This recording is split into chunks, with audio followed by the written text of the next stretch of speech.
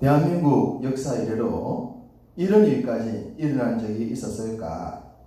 아마도 처음이라 생각됩니다. 바로 코로나19 바이러스로 인해 일어나고 있는 일들입니다. 조선시대 이후 지금까지 500여 동안 한 번도 문을 닫은 적이 없었다는 대구의 서문시장이 문을 닫을 정도입니다. 한국의 천주교는 어떻습니까? 236년 만에 처음 있는 일로 한국의 모든 성당 미사가 멈췄습니다. 한국의 교회들도 예외가 아닙니다. 크고 작은 교회들도 자발적으로 교회에서 모이는 예배를 당분간 멈추고 있습니다. 대형 교회들은 감염이 문제가 되겠지만 작은 교회들은 지역 주민들의 불안해하는 마음에 조금이라도 도움을 주기 위해서 모이는 예배를 잠시 멈췄습니다. 물론 모이는 예배를 멈춘 것이 말씀에 어긋난 것은 아닙니다. 레위기의 말씀을 토대로 하여 볼 때에 상황에 의함이 아니라 말씀의 근거에 의하여 지금의 결정이 나왔다고 하는 것을 참고로 생각해 주시면 좋겠습니다. 우리 교회도 오늘은 모여서 예배를 드리지 않습니다. 이렇게 미리 제작한 영상을 유튜브나 동영상을 통해 모이는 예배 시간 대신 들을 수가 있습니다. 저희 가족은 오전 11시 시간에 맞춰 자체적으로 예배를 드릴 예정입니다. 제가 예배를 인도하고 가족 중 한 명이 기도를 인도하며 찬양은 다 같이 드리려고 합니다. 물론 설교도 정상적으로 하고요. 장소는 1층이 아닌 3층 교육관에서 드릴까 합니다. 이 위기가 언제 끝이 나는지는 모르겠습니다. 이러한 예배도 언제까지 드려야 할지 모르겠습니다. 다만 적절한 때가 올 때까지 국가적인 흐름에 어느 정도 발을 맞춰야 할 것 같습니다. 이럴 때 괜히 교회가 지역에 도움을 주지 않는다는 인상을 남기게 되면 더더욱 어려운 전도의 문이 더 닫힐 수도 있기 때문입니다. 하나님께서 이 난국을 속히 해결해 주시도록 기도합시다. 그리고 자신과 가족, 이웃의 건강을 위해서 개인 건강관리에 만전을 기해야 할 것입니다. 오늘 말씀은 룻기 한 권을 통째로 전하는 설교입니다. 지난 주일까지 했던 창세기부터 사사기까지 한 권 통째 설교의 연속입니다. 룻기는 성경은 많은 분들이 아주 좋아하는 말씀이며 쉽게 이해하는 말씀입니다. 이유는 간단하겠죠. 일단 장수가 4장밖에 되지 않기 때문이며 내용도 복잡하지 않은 하나의 사건으로 이루어져 있기 때문입니다. 이렇게 여러분이 잘 알고 있는 말씀을 전할 때는 설교자인 저도 마음이 가볍습니다. 복잡한 내용을 설명하지 않아도 되고 새로운 정보를 드리지 않아도 되기 때문입니다. 그러니 마음을 대한민국에서 제일 편안한 자세를 하시고 말씀을 들으시면 좋겠습니다. 먼저 룻기 1장 1절을 보시면 사사들이 치리하던 때에로 시작되는 것을 보게 됩니다. 그렇다면 룻기는 지난 주일에 전했던 사사기와 동일한 시대적 관점에서 보아야 한다라는 전제가 생깁니다. 그렇습니다. 그렇게 달콤하지 않았던 내용을 담고 있었던 사사시대를 배경으로 하고 있으니 룻기의 내용도 그와 비슷하지 않을까 염려가 살짝 됩니다. 그러나 그런 염려는 내려놓으시고 룻이라는 한 여인을 중심으로 어떻게 하나님의 나라가 확장되어 갔는지에 대한 기대감을 가지시면 좋겠습니다. 룻기는 시작과 함께 몇몇 등장인물들을 소개합니다. 룻의 미래의 시부모가 될 엘리멜렉과 나오미, 그리고 그녀의 남편과 시동생이 될 말론과 기디온이 등장합니다. 거기에 동급의 며느리가 될 오르바가 나오죠. 이렇게 시작된 가족사는 갑자기 엘리멜렉, 말론, 기디온이라는 남자들이 다 죽어버리는 슬픔으로 전환이 됩니다. 성경이 기록된 시대에 여자들은 아주 약한 존재였죠. 그 중에서도 과부 중에서도 자식이 없는 과부들이 가장 불쌍하고 환경적으로 열악한 존재였습니다. 이 집이 어느 날 갑자기 세상에서 제일 불쌍한 여자 3사람만 남게 되어버린 것입니다. 요즘 말로 하루아침에 폭망을 한 것입니다. 성경은 이 가족이 이렇게 된 것에 대해 그 어떤 설명을 하고 있지 않습니다. 다만 폭망했다는 그 결과만 보여주고 있습니다. 이러한 상태에서 과부들이 선택할 수 있는 것은 거의 없었습니다. 어쩌면 루스의 시어머니 나오미가 고향 베들레헴으로 돌아가겠다라고 결정한 것은 그녀가 할 수 있는 최상의 선택이었다고 하겠습니다. 그렇지만 문제는 모압 출신인 오르바와 룻이었죠. 우리는 이 부분도 잘 알고 있습니다. 오르바는 자기 고국인 모압을 선택하여 모압에 남게 되었고, 룻은 시어머니를 따라 낯선 땅 베들레헴을 선택하여 베들레헴으로 가게 된다는 것을 말입니다. 이렇게 해서 룻기는 룻이라는 여인의 이름이 붙어 있는 것처럼 룻을 중심으로 새롭게 전개가 됩니다. 룻은 생존을 위해 나오미의 친족인 보아스라는 사람의 밭에서 이삭 죽기를 합니다. 우리는 여기서 또 한 사람의 등장인물을 보게 되는데요. 바로 보아스입니다. 자, 여기서 우리의 영적인 시각을 좀 넓히면 좋겠습니다.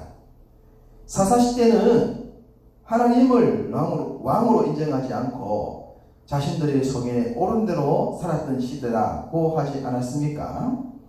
이 사사시대에 끝물에 살았던 사사가 등장하고 있는 것을 우리는 기억을 할 수 있습니다. 사사기는 등장하지 않고 사무엘서에 등장하죠. 그렇습니다. 그들은 엘리와 사무엘 그리고 그의 아들들입니다. 이들이 살았던 때, 사사시대에 그 마지막 때를 대변하고 있는 말씀이 사무엘상 3장 1절입니다. 아이 사무엘이 엘리 앞에서 여호와를 섬길 때에는 여호와의 말씀이 희귀하여 이상이 흔히 보이지 않았더라. 하나님의 말씀이 희귀했다는 것은 그만큼 그 시대 사람들이 하나님의 말씀을 무시했다는 것입니다. 이유는 당연히 자신들의 속에 옳은 대로 살았기 때문입니다. 자기 마음대로 살았기 때문에 하나님도 무시했고 하나님의 말씀도 당연히 역사할 수 없었던 시대였다라고 정의가 되는 것이죠. 이러한 영적인 배경에서 룻기를 본다면 사사시대는 하나님의 말씀이 철저히 배격을 받았던 시대라는 것이고, 그와 똑같은 관점에서 룻기가 전개되고 있다고 하는 것입니다. 이런 시대적 배경을 생각하시면서 하나님께서 왕을 세우기 전 사사를 세울 때까지 하나님께서 이 땅에 세우고자 하셨던 나라가 제사장 나라였다고 하는 것을 우리는 출애굽기와 레위기를 통해서 기억할 수가 있습니다. 하나님이 왕이신, 하나님이 직접 다스리는 나라의 특징을 제사장 나라가 담고 있었고, 그 제사장 나라가 지향했던 목표가 몇 가지 있었는데 그 중에 하나가 룻기의 배경이 됩니다. 레위기 19장 9절을 보시면 너희가 너희 땅에서 곡식을 거둘 때에 너는 밭 보토니까지 다 거두지 말고 내 떨어진 이삭도 서로 죽지 말라고 말씀하고 있습니다. 이 말씀은 이웃을 향한 배려와 나눔의 말씀입니다. 당연히 사사시대에 이 말씀 지켜지지 않았을 것이라고 유추해 봅니다. 왜? 자기 생각대로 살았기 때문에, 자기에게 이로운 생각으로 살았기 때문에 이웃을 배려한다는 것은 그 사사시대 백성들의 마음과는 거리가 멀었기 때문입니다. 물론 룻이 이삭을 주우러 다니는 장면을 보면 그 법을 지켰던 이들이 있었다는 것을 알 수 있지만, 그 법을 확실하게 지키고 있었던 사람이 보아스라고 하는 몇 안 되는 사람인 것을 보게 된다면 전체적인 분위기를 알 수가 있습니다. 그렇기 때문에 룻의 결론이 보아스를 통해 이루어지는 것은 어쩌면 지극히 당연한 현상이고, 이후 전개도 보아스를 통해 이루어집니다. 보아스, 그는 제사장 나라의 법을 성실하게 지키고 있었던 사람이었다고 합니다. 그렇기 때문에 바로 그 보아스와 룻이 만날 때에 하나님 나라가 더 아름다운 열매를 거두게 되는 것이죠. 그 시대에 사사시대의 배경에서도 이같이 주의 법을 지키고 있었던 사람을 만날 수 있는 것은 얼마나 큰 기쁨인 줄 모릅니다. 룻기의 제목이 룻이라고 했죠. 룻이 이 룻기의 이야기를 전개하는 것처럼 보이기 때문인데, 실제로는 제 개인적인 생각으로는 보아스가 이끌어간다고 생각이 됩니다. 하나님의 법을 지키고 있었던 그 보아스에게 새로이 하나님 나라 법을 지키는 룻이라는 여인이 들어가고 있기 때문입니다.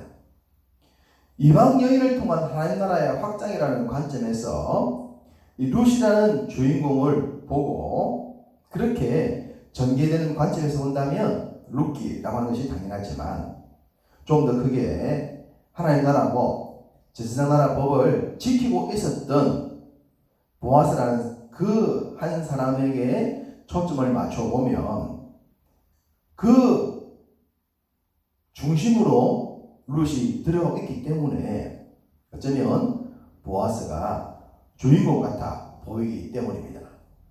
어쨌든 보아스는 룻을 만나면서부터 룻이 갖고 있는 모든 문제를 해결하기 위해 자신을 희생하는 길을 선택합니다.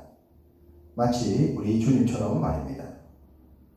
무엇보다 보아스는 경제적으로 상당한 손해를 감수해야 할 기업 물을 자의 직무까지 자신이 지게 됩니다.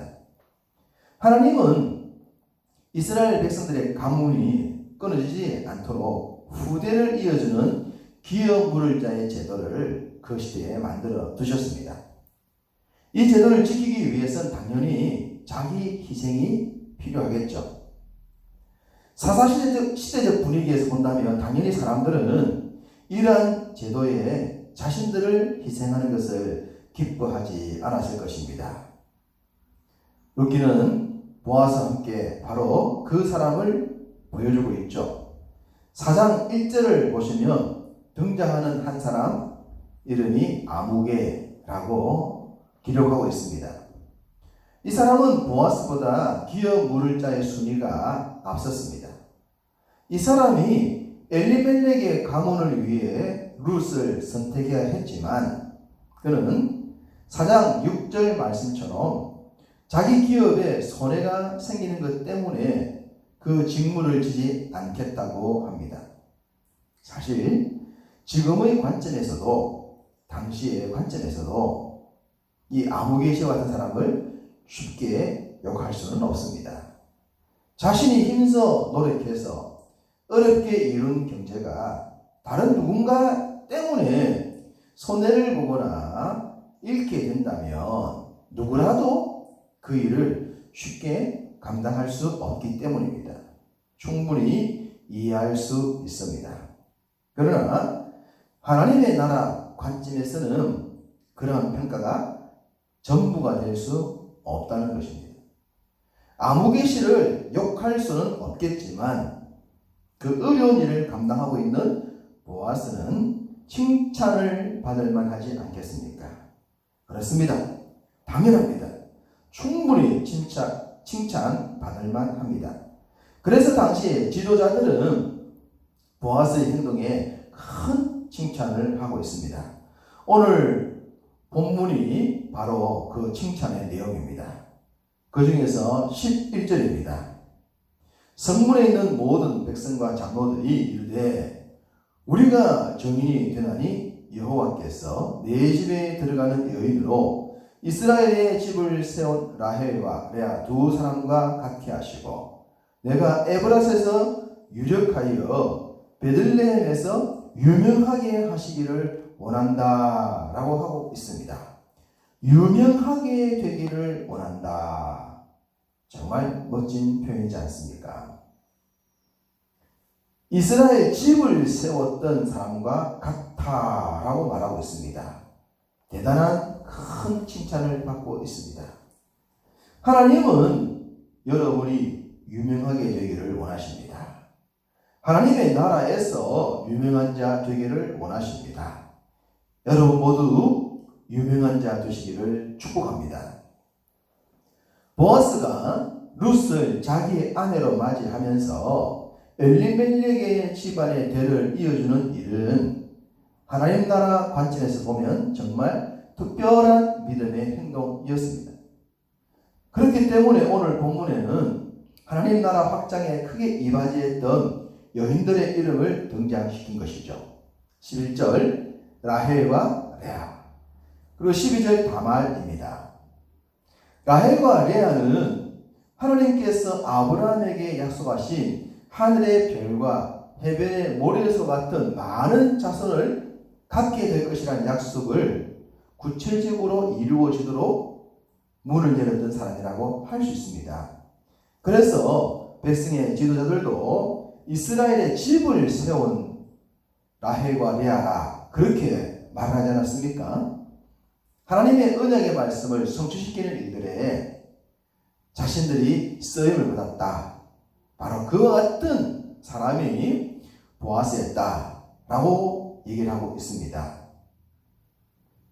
그리고 다말은 끊어진 가문의 씨를 이어주기 위해 자신이 당할 부끄러운 일까지도 감수했던 자기 희생적 삶을 살았던 사람이었습니다.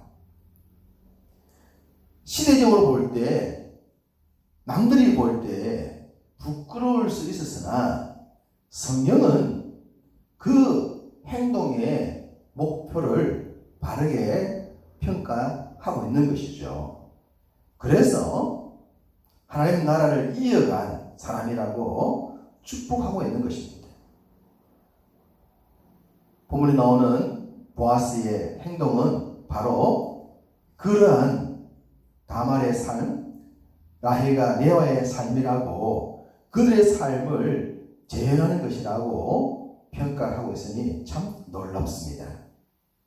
만약에 아무개시가 그때 보아스가 했던 일을 했다면 보아스의 선택을 아무개시가 선택했다면 성경은 보아스의 이름 대신 아무개시의 이름이 기록되었을 것입니다.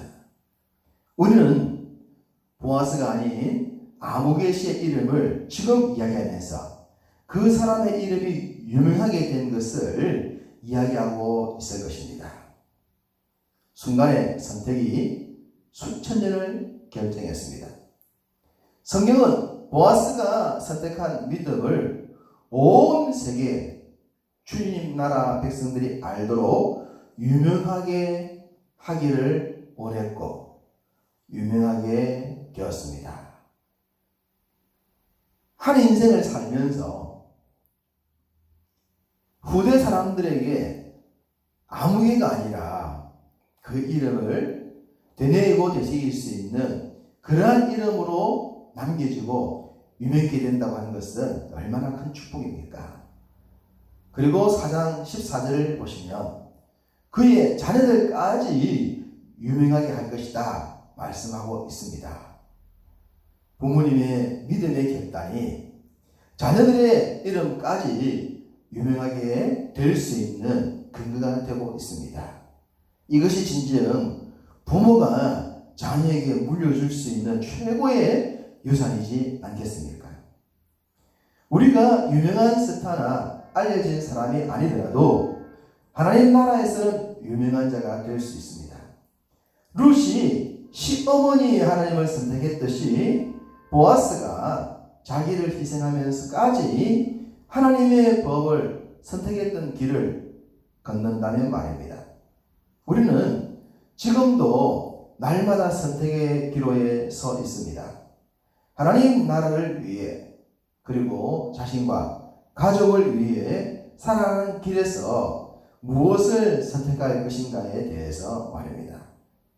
여러분이 어떤 것을 선택하든지 간에 그 선택이 하나님의 나라에서 유명하게 되는 선택이 되기를 축복합니다. 아무개와 같은 선택이 아니라 룻과 보아스의 선택이 되기를 축복합니다. 세상은 비록 기억하지 못하더라도 하나님께서 기억하시고 주의 교회와 주의 백성들이 기억할 수 있는 유명한 자, 그 반열에 우뚝 세움 받는 자 되시기를 주님의 이름으로 축복합니다.